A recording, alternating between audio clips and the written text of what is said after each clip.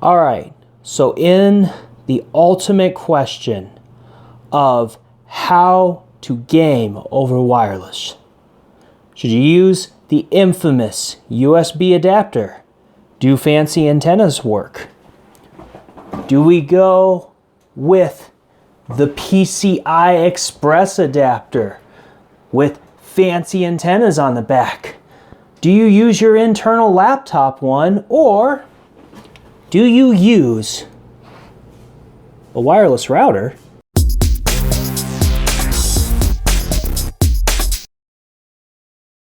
Gaming over wireless. Yeah, I get it. The first thing most people say, well, be a man and run an Ethernet cord down that hall. Okay, for those of you that's your answer, you're good. You don't even need to watch any more of this video. You have already gotten the answer, and yeah, pat yourself on the back. Congratulations, great. For those of us who don't have that option, well, let's keep going. So, sometimes you just have to go wireless. You may not want to, but it could be something like your parents aren't going to let you run an Ethernet cable down the hall, or your wife is not going to let you run an Ethernet cable down the hall, or your roommates or your husband is not going to let you run an Ethernet cable down the wall. I think you're starting to get the picture here. A lot of us need a wireless connection, but some of us can't do the traditional, age-old, completely dependable wired connection. How do you game over wireless? I don't even think I found a solution. I have found the solution because I, too, am now on wireless, and I've got something that seems super stable and has super strong connection. And I think the number one problem that we've had is not necessarily the routers, because while the router can be your problem, a lot of companies have put a good effort into getting good routers. But I think our weakness is our adapters. Let's go do some testing, and I'm going to start explaining to you how really it's a better adapter. It's going to allow you to have a great gaming connection on wireless. Okay, let's lay down some ground rules, basic principles, some explanations first, because if we're going to talk about why I think I've got such a great wireless setup, we kind of need to understand wireless first. And so, also a little bit of backstory. I went to a training in Salt Lake with Cambium Networks because I'm supposed to be working out and helping out with wireless internet service with WISP, basically, wireless internet service provider. And we're supposed to be putting one of those systems, and I'm trying to help out with that, so I need to understand wireless principles. And that training, it not only was super helpful, and Cambium was great with that, but it also got my mind racing and on how I was going to do all this stuff and how I was going to get all this to work out. So yeah, that's kind of where a lot of this came from. Even though I had a really good training with Cambium, it does not make me a wireless expert.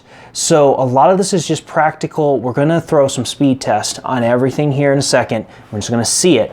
So if I don't get everything 100% right, I know that the internet's going to crucify me for it, but at least for those of you who aren't that meticulous about it, hopefully you just glean some good info from it. All right, so I've got a few things here. Obviously I've got my box here for my router. We're gonna save that for last. I've got my USB device here that I tried out. And then you can kind of see that little tiny card up top there is the PCI card I got. So here's one of the key components I believe that's going on with wireless. And it really makes a lot of sense when you think about it. And that's power. You know what? I think Back to the Future says it best. Unless you've got power! So when we're looking at these devices, we need to take a look at how much power you can really get out of them. Now, I looked at the wattage that you can get out of certain things. USB 2.0 is supposed to cap out at 2.5 watts. USB 3.0 capping out at 4.5 watts, supposedly. So you look at PCIe, a single PCIe slot like what these adapter cards is, their max power is supposed to be 10 watts. Okay, so when you look at some of your Epic routers, they are pushing out sometimes over 30 watts. All right, for instance, I'm going to make some recommendations here. Now, on the router level, TP-Link has some great routers at some great prices. AC1900 seems to be the kind of sweet spot right now. AC1900, you can get a TP-Link P5 or Touch P5, or you can get like their Archer C8 or C9s. They are 3 antenna AC1900 or 1750 routers that also have around probably about approximately 35 watt power consumption. That 35 watt, I believe, is translating to good signals. The Touch P5 is the one I bought. I got it on sale on Amazon for $105, which I thought was an exceptional deal. And that thing has great coverage in my house. So I don't think you can separate the fact that power and signal are very much intertwined. Now, thankfully, Trendnet made this very easy for me. Trendnet had a USB 3.0 AC1900 adapter that they rated at 6.6 watts. So with that, that's pretty good coming out of just a USB 3.0 port. They also have an AC1200 PCIe adapter that was rated at 6 watts. So that tells me that I believe that's the T9E from TP-Link that I have in my computer right now.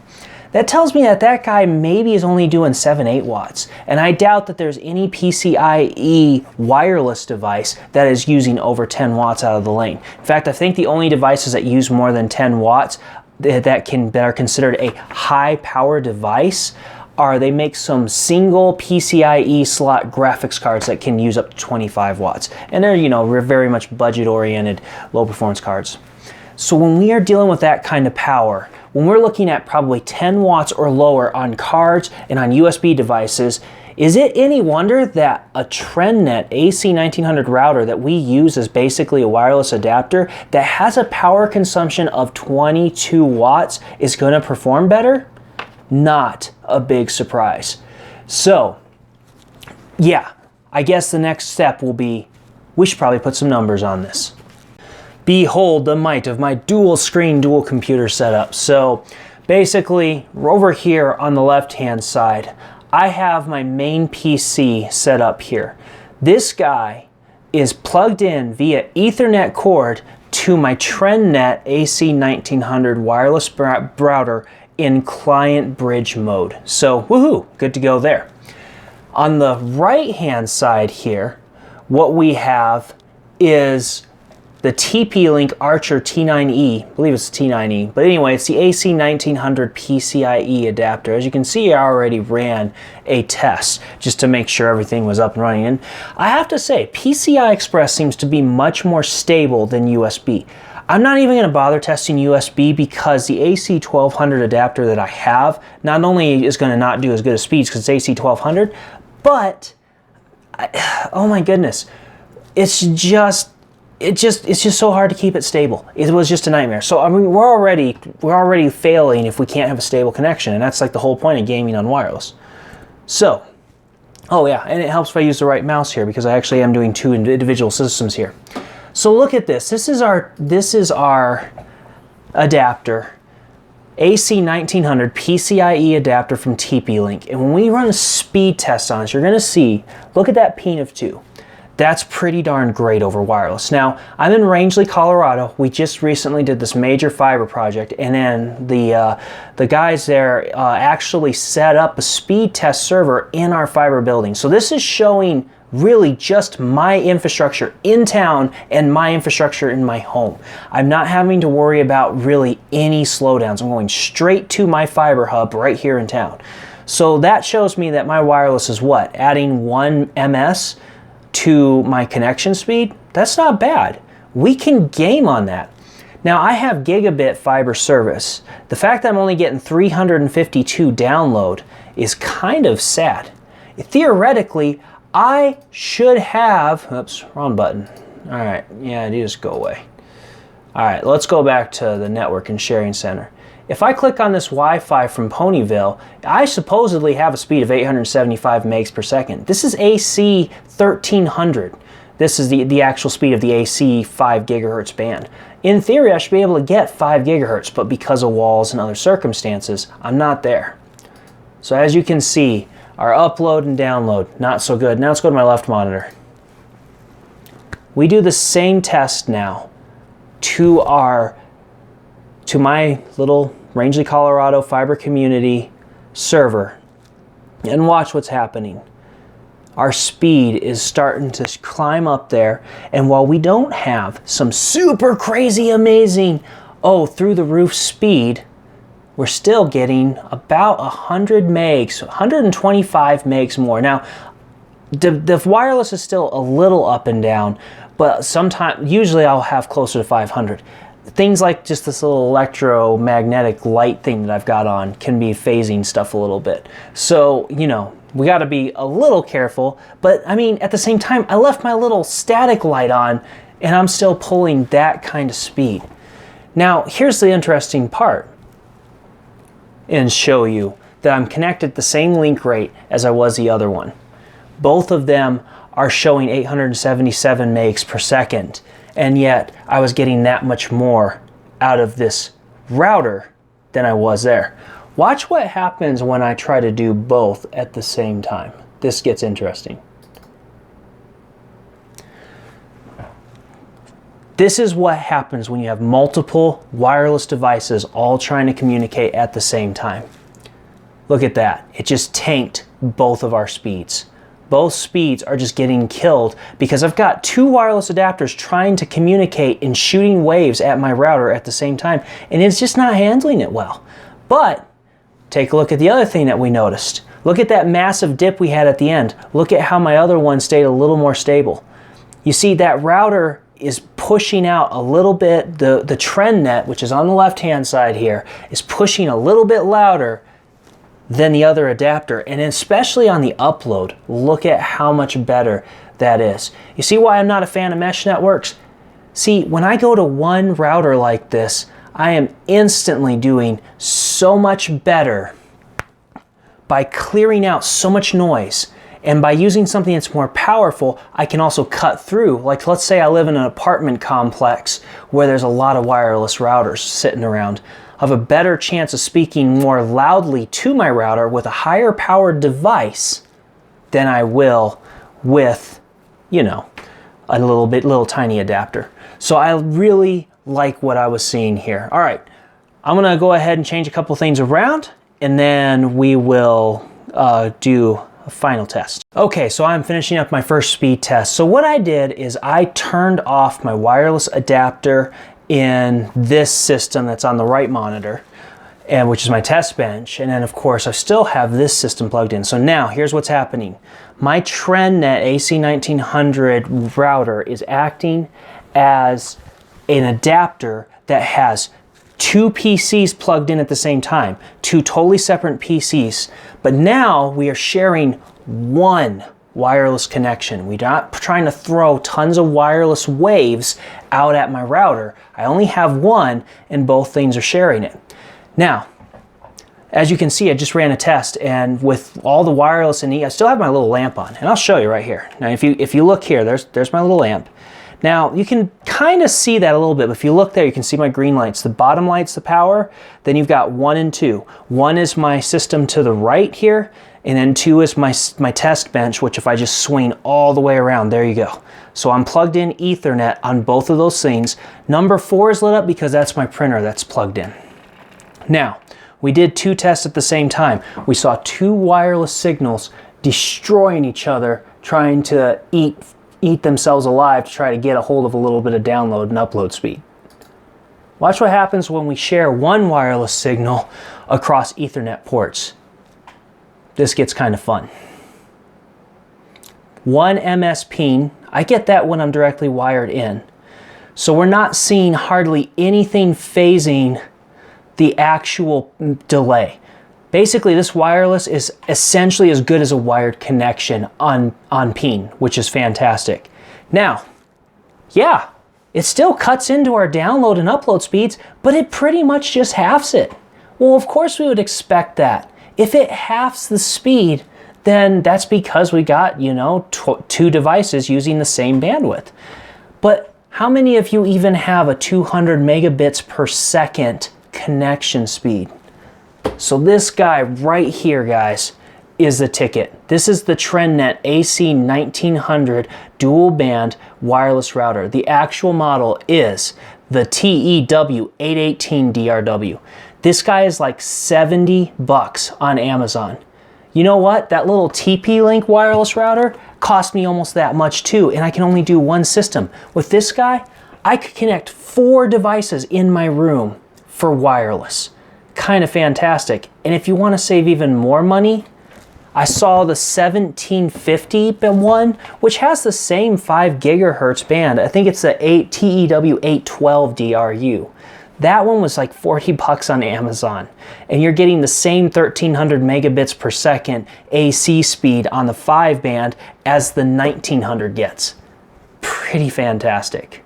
All right, I'm gonna go ahead and go back into my router. I'm gonna show you quickly how this works. You can also do this in DDWRT, but it's a lot more complicated. If you don't wanna have to flash a router, let me show you real quick how that all comes down. Okay guys, so to set this up on the Trendnet router, you might have to update the firmware from Trendnet because at least especially on this AC 1900, there was a flash that gave it this client bridge capability. So you might have to do that and just keep that in mind. But if you have the latest firmware from Trendnet, then this is super easy to set up. So basically, you're gonna log in, and then, I've got this on the basic tab right now, and I'll come back to this, but you're gonna go to advanced, and I brought this up over here, because I'm trying not to broadcast my MAC address too much, since, I already have to grade it out one time. So you just go to this administrator tab, and you're gonna come down here to this device mode. And here it is. Its default is router mode, but if you stick it into client bridge, then all it does is it asks you, so now if I come back here to where my basic tab is, I've got under manual configuration, but it's gonna ask you what your network name is, what band it's on, whether it's 5 gigahertz or 2.4, which, if you really want the good wireless speed, you're gonna want the 5 gigahertz. And then you put in your Wi-Fi password, and and then if you connect it, you're done. Plug in an Ethernet port, and you've basically converted your Ethernet into wireless, just like that. Very simple. There is only one major thing that I noticed still about this, and that is wireless AC still seems to have, after about 15 or 20 feet, you just start losing speed, and you lose it pretty hardcore. So, it just starts diminishing returns pretty heavy. And I've noticed that, when you look at the AD standard, that it basically only works in the same room. That's just kind of the general, it just seems, outcome of wireless, that the higher the speed, you either need way heavier amounts of power to push it, or you're just gonna start really dropping at distance. And that's just the case with this, but you're still not dropping near as hard as you do with like a USB or a PCIe adapter. I found out in my room that by simply putting the router here on the corner of my desk, well, it's behind that speaker, so you can't really see it from this angle, but when I put it there, that puts it about maybe 10 feet closer to my router, because I originally had it, just over there by the printer. And that, even though now the printer, I had direct line of sight to the router, and I thought that was gonna give me the best connection. And then over here, I'm going through walls, and I get better speeds here because I'm closer. So just realize that AC is definitely gonna lose some speed, but hey, it's not, we're talking about a very stable connection. Even when it was across the room, you just might lose some of your top-notch speed.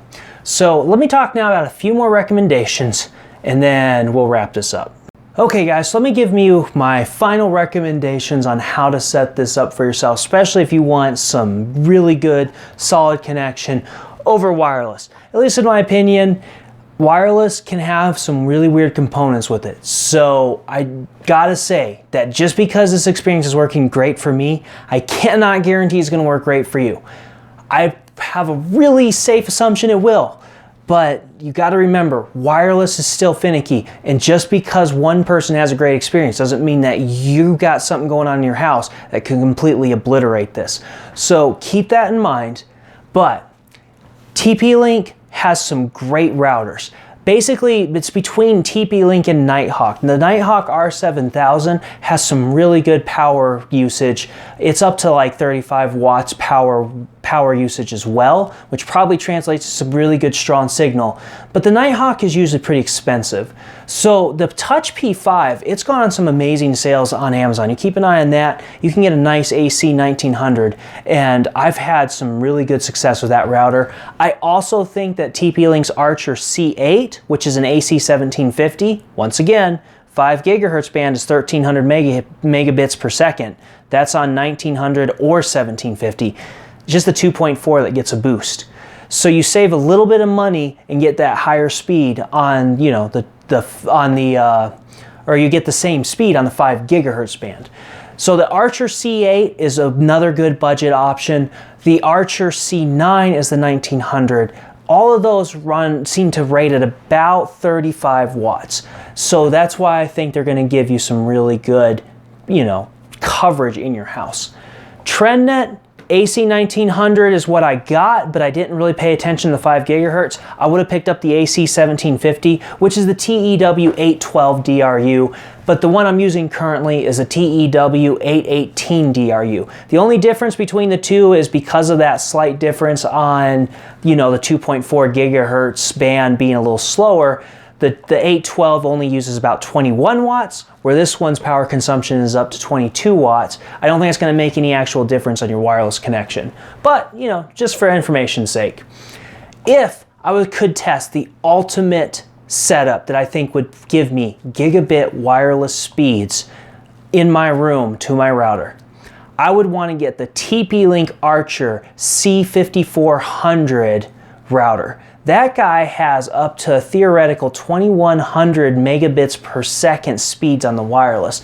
Then I would go to Trendnet and I would get their AC 2600, I believe, yeah, their 2600 router. Now the 5 gigahertz speed caps out at about 1700 megabits per second, so it's not going to totally use up, you know, the full bandwidth that the Archer C5400 is going to offer, but it's not only at a great price, it's also one of the few routers in that class that gives me a pretty guaranteed client bridge mode. And that was one of the other things that I was concerned about. So that combo, I think, would be the ultimate wireless combo in your home for gaming. Now, yeah, if you're just trying to get coverage so that you have good signal through your whole house for streaming, yeah, mesh network's probably gonna work great. But if you're trying to game over wireless, the less connections you have, the stronger they're going to be, and the more speed, theoretically, you should get out of them. Let's go ahead, wrap this thing up, and then, you know, we'll see what you think of it. By the way, I almost forgot to mention a super integral part of this whole wireless adapter experience. I think that a company is really missing out on a huge opportunity. And, you know, hey, it's an opinion, what can I say? But especially Trendnet, they're already almost set up to have this work. And I feel like if they just adapted some things, I think if somebody made a dedicated client bridge router so that really it's not even a router, it's really just a client bridge adapter, and it comes factory installed in just a simple client bridge interface, and they made these kind of things ready to sell, you know, starting maybe around $25, going maybe up to like $80 depending on the speed. And rather than having a WAN port and the 4 LAN ports, it actually comes with just 5 straight LAN ports. It'd be like the perfect adapter. You know, something like maybe around the $25 entry level range, you have an N300, has 5 LAN ports so that you can share across multiple devices, and, you know, only 100 megabit Ethernet ports. It's not meant for the hugest amounts of speeds, but it'll still connect on an actual real life speed of about 150 megs wireless, so that, you know, you're getting the most out of, you know, for people who have, say, 50, 60 meg internet connections, don't need the super huge speeds. On the other hand, if you could offer, say, a 5-port Ethernet, wireless Ethernet adapter is really what it would turn out being, and you could put that at, say, I don't know, it'd be like an AC 2100, which would be the equivalent of AC 3150 or 5400. because the 5 gigahertz band is going to connect at 2 gigahertz. So if you had that, you would get a more real life world speed of about a gig or a little bit more than that. And you could charge 80 bucks, but you could plug 5 devices into the 5 LAN ports, and that would be about the price of, or actually even a little cheaper than some of those crazy AC3100 wireless adapters. You wouldn't need dual band. You could dedicate each one of these to one band or the other, because really dual band's not going to make a huge amount of difference. You know, or you could just keep them dual band, whatever. So I don't know if anybody would pick up on this, but Trendnet, I think you're pretty well set. Obviously, you've just got the client bridge mode pretty easily. But if somebody could get that, make it affordable, and offer that, I think it'd be a huge success, especially for people wanting to game on a wireless connection, or if they have to game on a wireless connection. All right, let's wrap this thing up. So there you have it. As it turns out, if you get a decent little wireless router, stick it into a client bridge mode, and then use it essentially as an adapter that converts your Ethernet port into wireless, that's as good as it gets. And the thing is it's almost as good as wired. While a wire connection is still going to give you the best speeds, you're going to have something that's extremely stable. And if you can get 500 meg connections on it, well, you're not doing bad. You're not doing bad at all. And you can definitely game over that. Yeah, maybe it's not taking advantage of my full gigabit fiber connection, but a lot of people probably aren't running gigabit fiber, and 500 megs is more than enough to cover your internet speed. I want to talk about a couple of other super huge advantages with this. One, Wake on LAN. Now, I haven't really tested that because Wake on LAN isn't one of my things, but really there shouldn't be any reason why this wouldn't work. It'll give you a wireless connection, and yet because you've got an Ethernet port plugged in, Wake on LAN should work. Should go through the wireless system and should still be able to take and, you know, send a signal to your PC and say, hey, wake up. So if somebody gets a chance to test that, put it in the comments below, because I've got a little bit of a busy schedule and I can only fit so much in. But here's the thing, you know, mesh networks are supposed to give you this fantastic coverage, but the biggest benefit of mesh networks is also their biggest drawback. You've got 3 devices slamming wireless waves throughout your house, and then on top of that, all the other devices connecting to it. That is a ton of wireless. You're basically putting your own interference in the air, and that's not helpful to stable wireless connections. And so in a situation like this, look at what I've done. In my case, I had a printer, I've got my test station, I have my main desktop, I can occasionally throw a third one in. If I have a wireless adapter in each one of those things, I'm putting in a ton of interference. When I have this, I only have one connection straight to my router, way less interference. And I also noticed the little bit of time I got to test a mesh system, it seemed like it was really putting a lot of latency too, which wouldn't surprise me because you got 3 devices they're trying to synchronize, and almost always when you're trying to synchronize multiple devices like that, it's going to add latency to the system. Adding 1 ping, come on, that is almost, I mean, that's basically a wired connection. So there you go, guys. I hope this information helps. These little Trendnet AC 1900 and even the 1750, like I mentioned earlier, they are great values. They basically make a super high quality wireless adapter, and then no extra drivers, no extra add-in cards or plug-in USB devices. You can use your built-in Ethernet port on your system. Bam, solid connection. Go out there, game hard, and don't worry about lag or unstable connections. Let me know in the comments if you try this stuff out, because obviously this is working great for me, but hey, each person has a different experience. Would love to get more feedback from people out there who've gotten a chance to try this and saying, heck yeah, that worked for me, or well, actually here's my problem, here's what I found out. Be great to get more input, but I think this is gonna be an amazing option for people who want stable wireless on gaming with their PCs. I'll catch you later.